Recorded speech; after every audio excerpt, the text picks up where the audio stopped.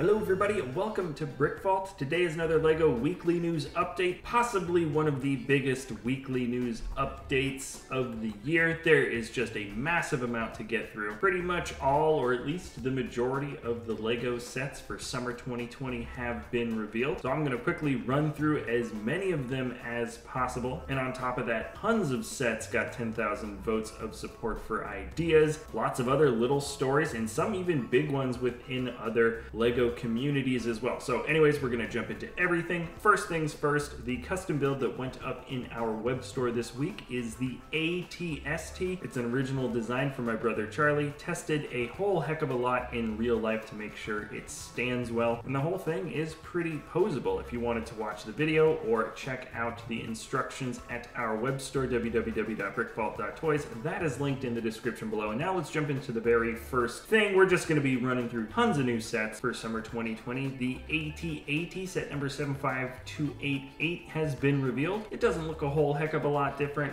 compared to the last time we got an AT-AT. A few extra figs are included. It is more expensive as always, and the details I would say are a little better. It's definitely an improvement, and you can be the judge on whether or not it's worth that extra price increase. Harry Potter summer 2020 sets have been revealed, and they have gone hard with some really nice sets. I like that they kept the same color combination for the Hogwarts castle, so you can still combine more Hogwarts sets together. In total there are 6, and frankly too many details to get hung up on for me to really talk about completely. This is the room of requirements, more Patronus animal molds, which is cool. Awesome figs. Here is the Forbidden Forest Umbridge's encounter. The Minotaurs look so cool. Then there is the Astronomy Tower. Remember, prices and part counts are all listed in the links that I've left in the description below. I just don't have time to get to it. Tons of figs, lots of new prints. Hedwig has his wings spread out as a new mold, which is nice. And I'm sure there's tons of interesting little details hidden in each of the rooms. This is number 4, Privet Drive. Of course, we've got another flying car. Dobby looks pretty cool. It's just kind of a fun set. Definitely a great scene. Then something really unexpected, a not life-size, but a much larger build for Hedwig. Comes with a stand. I think you can actually flap the wings up and down if I had to guess. Now we're getting a set that I think a lot of people have been waiting for a long time. Attack on the Burrow. There are 8 figs in total. The Weasley house looks awesome. I love that it's offset a little bit. Color gradients are great, and I only wish they included 10 times as much fire. And I think I'm already talking too much about the sets. There really are so many to get through, so we're jumping straight into Marvel. There's another Avengers Helicarrier set coming down the way. Kind of interesting. It almost looks like a really large Juniors set. Recommended for ages 9 and up, so you know the build is very simple. Lots of figs included. We finally get another MODOK, which is awesome. And then there is a 4 and up set, or what is Juniors now, the Wrath of Loki. Captain Marvel's mask has a cool mohawk. A lot of these images come from Rakuten, by the way. I've left links in the description below, most of which lead back to the brickfan.com. And here's a little 4 and up set for Batman Penguin Pursuit. He's got different wings there, you can see. Here's Batman Joker's Trike Chase set. And then here's an interesting one for sure, Batman Mobile Bat Base. Basically a Batman big rig, which is super strange. Man Bat comes in white, and I gotta say, a lot of the superhero stuff doesn't particularly grab me for summer. Some of the figs are gonna be great, but anyways, that is just my 2 cents. Now, Jurassic World has some summer 2020 set reveals. Looks like they went in a little bit harder this time. Remember, this is part of the Universal license. LEGO has just signed some big agreements with Universal, so it makes sense that they would go forward, I think, a little bit harder. We have some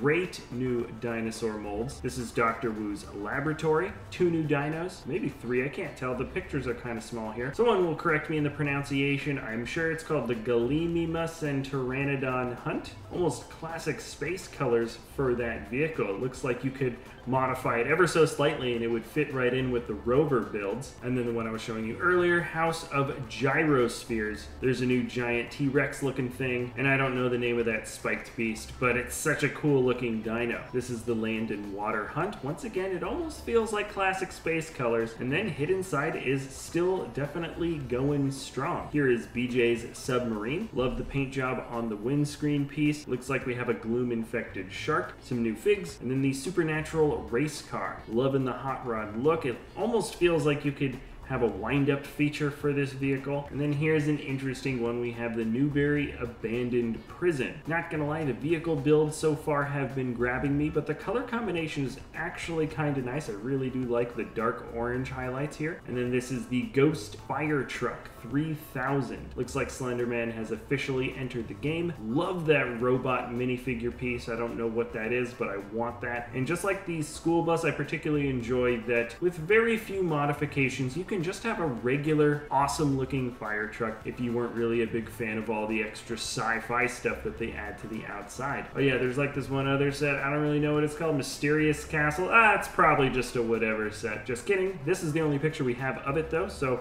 this is all you're going to be able to see of it right now. The architecture line has revealed the White House set. It's kind of funny how the box art is very similar to some of the Star Wars box art, only they've changed the color of the bricks to white instead of black. Cool looking White House though. It's definitely just like a building that it sort of makes sense that the architecture line would eventually tackle. Here are some pictures for different dots sets coming down the line. I don't know yet if these are doing really well. The Friends line has a Hot Air Balloon Tiger Jungle Rescue set. And there's a couple other little ones that I'd like to talk about, but let's get into the May store calendar promotion. Obviously, it is the May the 4th promotion happening right now as we speak. I think it all finishes off on the 4th, so the UCS A-Wing Starfighter is out. You get a free Death Star 2 Battle Micro build along with it, double VIP points on Star Wars products. There's other Star Wars sets that are on sale as well. And then also on the 4th to the 10th, there's a free buildable Mother's Day card with a purchase of $40 or more, or while supplies last. And then from May 18th to the 31st, there's the free Lego City Beach Buggy with a purchase of $40 or more, are also while supplies last. Not bad. It looks like they've just kept it to the basic promos that people generally like for the month of May. And then I'm sure I'll have more to say about this right now. Bricklink has done an update for their website to Bricklink XP. It's in the beta form right now. The idea is they just want to make the experience a lot easier and smoother for users on all different types of platforms,